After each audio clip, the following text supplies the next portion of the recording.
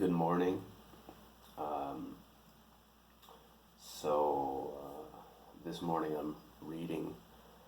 I've been reading a few books, and I just thought I'd make a video and share with some of my students about what I'm reading, and also a little bit about my routine. As you can see, it is pretty early. Must be about 5:45 or something like that, maybe a little bit earlier. And I'm reading out here in my backyard. The temperature is nice. I have two books that I'm reviewing and reading. One is Becoming Supernatural, which I've told some of my students about already. And that's the one I'm going to talk about today. I'm not so far into the book. As you can see, I've only read until about chapter 3, no, a little further than chapter 3. And in this book, I don't like the title that much, Becoming Supernatural, because I don't like the use of superlatives, right? Like the best, the worst, supernatural. And I don't think that the content of the book is really about becoming supernatural. Maybe they did it for sales, but I think it's more about just tapping into, your potential and leveraging modern information, scientific information about the body and the mind and how they work, and exploring how to apply that in your life, through certain activities like meditation and creating a routine and things like that. So relating to the time here, I was going through here and I try to underline parts, and there's a part here where he talks about his decision to wake up early in the morning. And so I'll present that to you right now.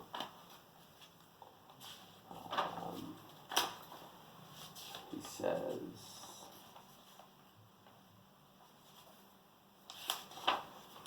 here,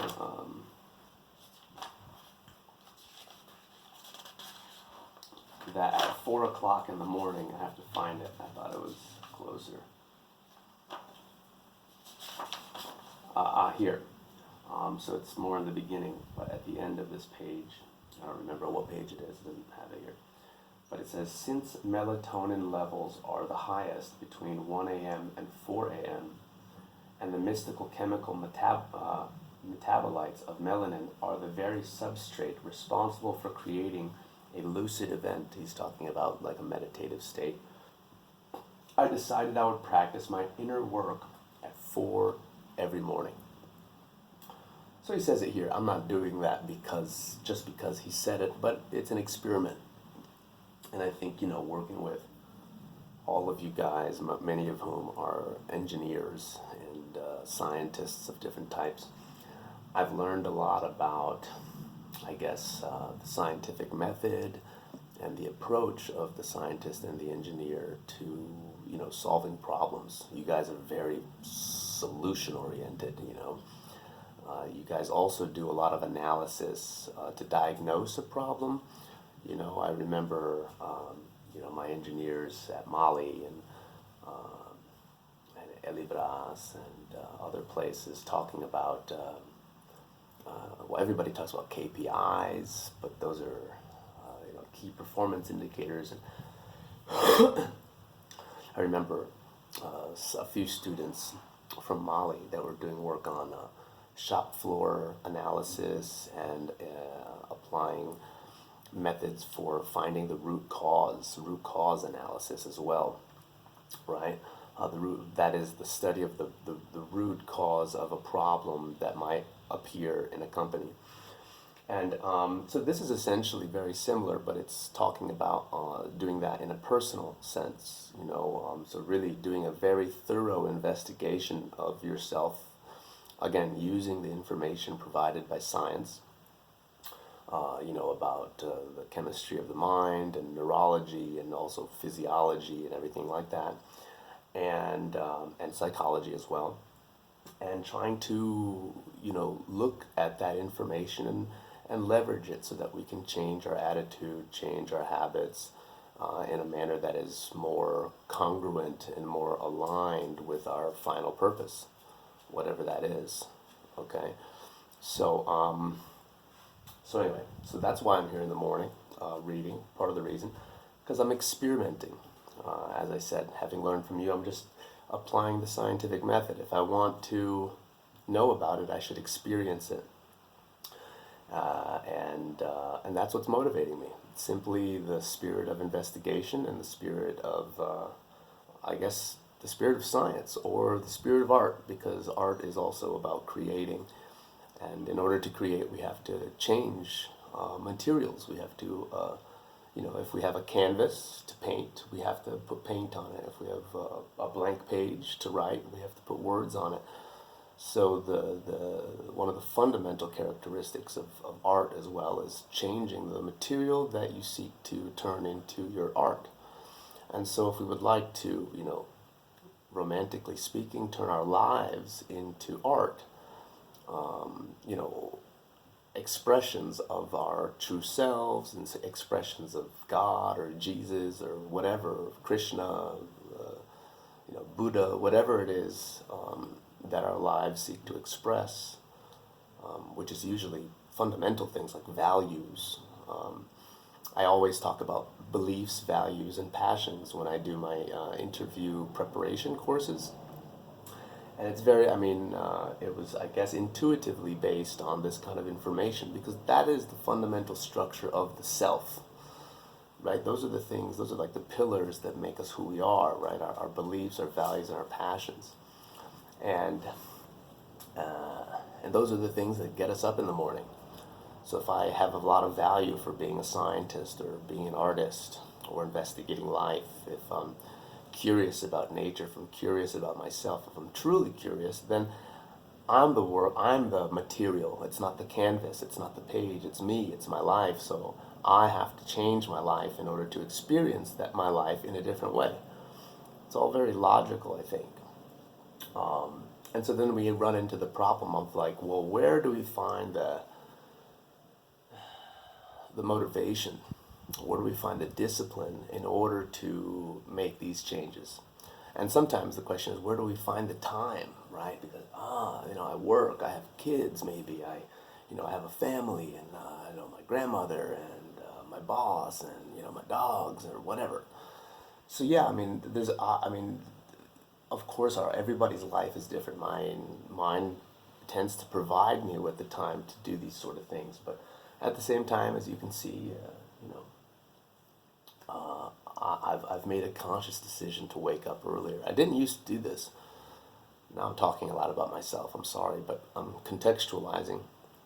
I used to sleep until 9 or 10 o'clock, sometimes even later.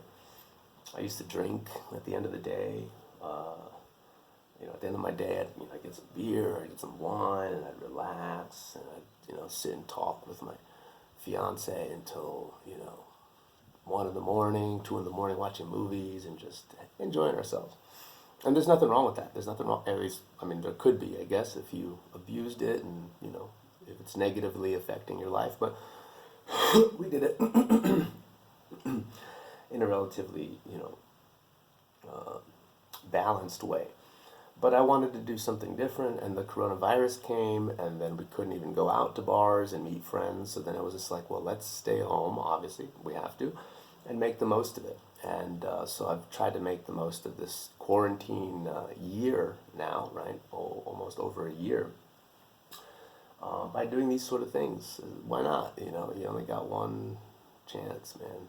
As far as we know, you got one life. I guess some people say you might have more than one, but the one that I'm going to remember in this lifetime is the one that I'm living. So yeah, that's the idea. Life, science, art. Being motivated by the inquiry, and letting that motivation alone set us to act and to investigate. I think sometimes we get so preoccupied with solution, with results, and we fear that if we try something, it won't yield the results that we desire. And that's I personally don't agree with.